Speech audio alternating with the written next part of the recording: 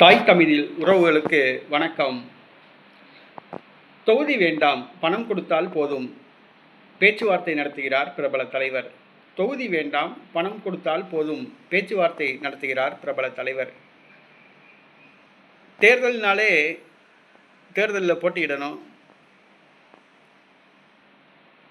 இதுதான் முக்கியமான கொள்கையாக இருக்கும். ஆனால் ஒரு தலைவர் தனக்கு தொகுதியெலாம் வேண்டாம், பணம் கொடுத்தால் போதும் அப்படின்னு ஒரு தலைவர் பேச்சுவார்த்தை நடத்துகிறார். நம்ப முடியலையா? வேறு எந்த கட்சியும் இல்லை, புதிய தமிழகம் கட்சி. அதன் தலைவர் டாக்டர் கிருஷ்ணசாமி. கடந்த சட்டசபை தேர்தலில் புதிய தமிழகம் கட்சி அதிமுக பாஜக கூட்டணியை விட்டு வெளியே வந்து தனித்து போட்டியிட்டது. இதனால் அதிமுக பாஜக கூட்டணிக்கு சற்று பின்னடைவு ஏற்பட்டது. நூலிலையில் அதிமுக பாஜக கூட்டணி தோல்வியடைந்தது என்று சொல்லலாம்.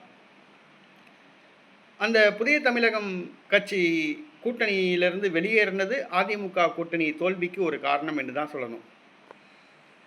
ஆனால் அதுக்கு முன்னாடி நடைபெற்ற 2019 பாராளுமன்ற தேர்தலில் அதிமுக பாஜக கூட்டணியில் தென்காசி தொகுதியில் போட்டியிட்டு தோல்வியடைந்தார் டாக்டர் கிருஷ்ணசாமி.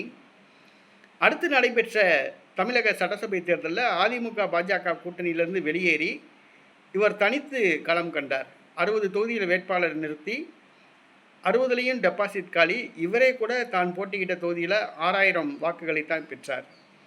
அப்பொழுது என்ன பேசப்பட்டது என்று சொன்னால், திமுகவிடம் பேரம் பேசி தான் இவர் தனியாக நின்னார் அப்படின்னு சொல்கிறாங்க. அதாவது திமுக புதிய தமிழகம் கட்சியை நீங்கள் அதிமுக கூட்டணியில் இணைஞ்சு போட்டியிடாதீங்க, நீங்கள் தனித்து நில்லுங்க அப்படின்னு சொல்லி திமுகவுடைய அறிவுரையின்படி தான் டாக்டர் கிருஷ்ணசாமி அதிமுக கூட்டணியிலிருந்து வெளியேறி இவர் தனித்து களம் கண்டார்.